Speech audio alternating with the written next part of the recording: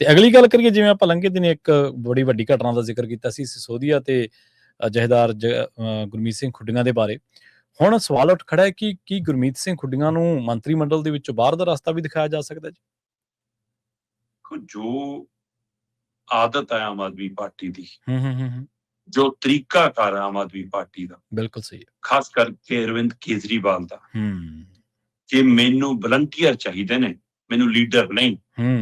Yes sir ਚਾਹੀਦੇ। Worker ਵੀ ਨਹੀਂ ਚਾਹੀਦਾ। ਸਹੀ ਹੈ। ਬਸ ਤੁਸੀਂ ਆ ਕੇ ਮੇਰੇ ਕਹੇ ਤੇ ਫੁੱਲ ਚੜਾਓ, ਜੈਸਮੈਨ ਬਣ ਕੇ ਕੰਮ ਕਰੋ, ਤੇ ਤੁਹਾਨੂੰ ਜੋ ਮੈਂ ਚਾਹੂੰਗਾ ਉਹਨਾਂ ਨਵਾਜੂੰਗਾ, ਨਹੀਂ ਤਾਂ ਫਿਰ ਤੁਰ ਜਾਓ। ਉਸ ਫਾਰਮੂਲੇ ਦੇ ਤਹਿਤ ਤਾਂ ਗੁਰਮੀਤ ਖੁੱਡੀਆਂ ਹੁਣ ਤੱਕ ਕੈਬਨਿਟ ਚੋਂ ਬਾਹਰ ਹੋਣੇ ਚਾਹੀਦੇ ਸੀ ਜੀ। ਸਹੀ ਹੈ। ਪਰ ਅਜੇ ਤੱਕ ਹੋਏ ਨਹੀਂ। ਕੀ ਕਾਰਨ ਹੈ? ਬਿਲਕੁਲ। ਗੁਰਮੀਤ ਖੁੱਡੀਆਂ ਨੇ ਸਿੱਧੇ ਮਤਲਬ ਕਿ ਅਰਵਿੰਦ ਕੇਜਰੀਵਾਲ ਤੋਂ ਬਾਅਦ ਸੈਕਿੰਡ ਮੈਨ ਮਨੀਸ਼ ਸਿਸੋਦੀਆ ਨੂੰ ਜਨਤਕ ਤੌਰ ਤੇ ਤਰੇੜੀਆਂ ਲਿਆਤੀਆਂ। ਸਹੀ ਹੈ। 2-4 ਬੰਦਿਆਂ ਚ ਨਹੀਂ, 150 ਬੰਦਿਆਂ ਚ ਸੀ ਜੋ ਫਜੀਅਤ ਹੋਈ ਹੈ।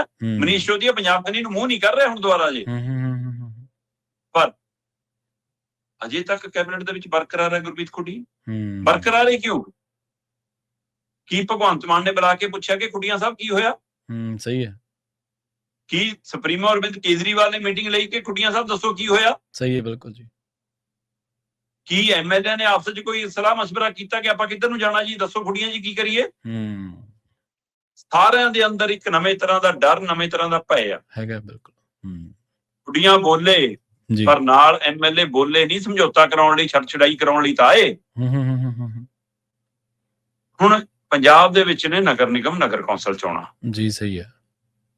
ਤੇ ਇਹ ਢੀਕਣਗੇ ਕਿਉਂਕਿ ਰੇੜਕਾ ਹੀ ਨਗਰ ਕੌਂਸਲ ਚੋਣਾਂ ਦਾ ਹੈ ਜੀ। ਸਹੀ ਹੈ। ਮਤਲਬ ਜਿੱਥੇ ਆ ਕੇ ਲਾਵਾ ਫੁੱਟਿਆ ਉਹ ਨਿਗਮ ਚੋਣਾਂ ਤੇ ਆ ਕੇ ਫੁੱਟਿਆ।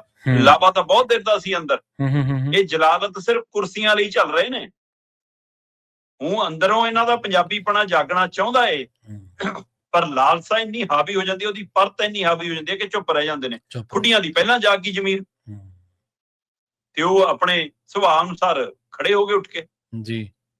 ਤੇ ਇਸ ਲਈ ਹੁਣ ਇਹ ਕੁੱਲ ਮਿਲਾ ਕੇ ਨਜ਼ਰ ਮਿਲਦਾ ਦਾ ਬਠਿੰਡਾ ਜ਼ਿਲ੍ਹੇ ਦੀਆਂ ਨਿਗਮ ਚੋਣਾਂ ਦੇ ਨਤੀਜਿਆਂ ਤੋਂ ਬਾਅਦ ਬਹੁਤ ਕੁਝ ਤੈਅ ਹੋਊਗਾ। ਜਾਂ ਪੰਜਾਬ ਦੇ ਨਿਗਮ ਚੋਣਾਂ ਦੇ ਨਤੀਜੇ ਆਮ ਆਦਮੀ ਪਾਰਟੀ ਦੀ ਸੋਚ ਅਨੁਸਾਰ ਉਹਨਾਂ ਦੀ ਇੱਛਾ ਅਨੁਸਾਰ ਜੇ ਆ ਜਾਂਦੇ ਨੇ, ਫਿਰ ਉਹ ਤੋਂ ਬਾਅਦ ਕੁਝ ਫੈਸਲਾ ਲੈਣਗੇ। ਹੋ ਸਕਦਾ ਹੈ ਹੁਣ ਹਿੰਮਤ ਨਾ ਕਰ ਪਾਉਣ ਬਾਹਰ ਕਰਨ ਦੀ, ਕਿਉਂਕਿ ਇੱਕ ਦੌਰ ਹੁੰਦਾ ਤੁਹਾਡਾ ਹੁਕਮ ਦੇਣ ਦਾ ਜੀ, ਤੇ ਹੁਣ ਤੁਸੀਂ ਹੁਕਮ ਦੀ ਬਜਾਏ ਸਮਝੌਤੇ ਵਾਲੀ ਸਥਿਤੀ ਚ, ਡੈਮੇਜ ਕੰਟਰੋਲ ਵਾਲੇ ਤੁਸੀਂ ਆਪਣਾ ਬਿਲਕੁਲ ਡੈਮੇਜ ਕੰਟਰੋਲ ਕਰਨ ਵਾਲੀ ਸਥਿਤੀ ਜਦੋਂ। ਇਸ ਲਈ ਹੋ ਸਕਦਾ ਕਿ ਹੁਣ ਇਹ 6 ਮਹੀਨੇ ਹੈ ਨਾ, ਉਹ ਦੜ ਵੱਟ ਜਮਾਨਾ ਕੱਟ ਬੀਬੀ ਹੈ ਨਾ, ਉਸ ਫਾਰਮੂਲੇ ਤਹਿਤ ਕੇ ਚੁੱਪ ਰਹਿ ਕੇ ਵਕਤ ਲੰਘਾਉਣ ਕੇ ਦੇਖਦੇ ਆ ਅਗਲੀ ਵਾਰ ਕੀ ਹੁੰਦਾ।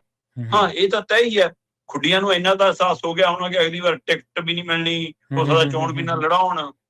ਇਹ ਤਾਂ ਜੇ ਉਧਰੋਂ ਫੈਸਲੇ ਹੁੰਦੇ ਆ, ਤੇ ਜੇ ਤਾਕਤ ਭਗਵੰਤ ਮਾਨ ਜਾਂ ਪੰਜਾਬ ਵਾਲੀ ਲੀਡਰਸ਼ਿਪ ਦੇ ਹੱਥ ਆ ਜਾਂਦੀ ਆ ਤਾਂ ਖੁੱਡੀਆਂ ਵੱਡੇ ਚਿਹਰੇ ਹੋ ਸਕਦੇ ਆ। ਸਹੀ ਹੈ। ਬਿਲਕੁਲ ਜੀ। ਤੋ ਇਸ ਲਈ ਬਹੁਤ ਕੁਛ ਅਜੇ ਦੇਖਣ ਨੂੰ ਮਿਲੂਗਾ, ਤੇ ਮੈਨੂੰ ਲੱਗਦਾ ਕਿ 29 ਤਰੀਕ ਦੇ ਨਤੀਜਿਆਂ ਤੋਂ ਬਾਅਦ, ਨਿਗਮ ਚੋਣਾਂ ਤੋਂ ਬਾਅਦ ਖੁੱਡੀਆਂ ਦੇ ਰਾਜਨੀਤਿਕ ਭਵਿੱਖ ਦਾ ਫੈਸਲਾ ਵੀ ਹੋ ਸਕਦਾ ਕਿ ਉਹ ਕੈਬਨਿਟ ਚ ਹੋਣਗੇ ਜਾਂ ਨਹੀਂ। ਸਹੀ ਹੈ। ਬਿਲਕੁਲ ਜੀ।